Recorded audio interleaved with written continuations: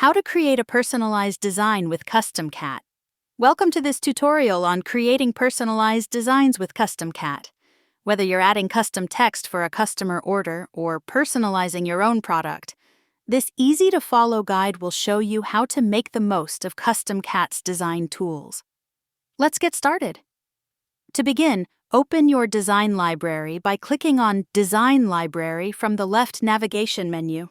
From here, you'll be able to browse through your existing designs. When you find the design you want to personalize, simply hover over it and click the Edit button to open it up for changes. Next, to add a personalized touch, click on the Add Personalization Text button located in the bottom right corner.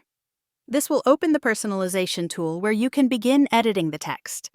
You'll have a variety of customization options to choose from, including over 40 different fonts. You can also adjust the text size, color, spacing, and even curvature to match your style. Keep in mind that the text shown in the Display Text field is just a placeholder for demonstration purposes.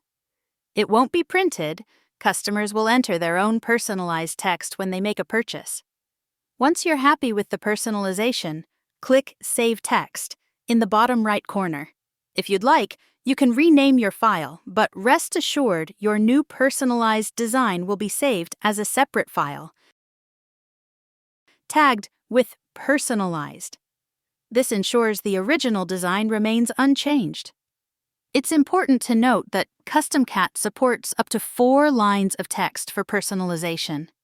However, if you're exporting to Etsy, keep in mind that Etsy only supports a single line of text for personalization. To ensure compatibility, avoid adding extra lines if you plan to sell on Etsy. And that's it. You've successfully created a personalized design using CustomCat. For more tutorials and FAQs, visit customcat.com.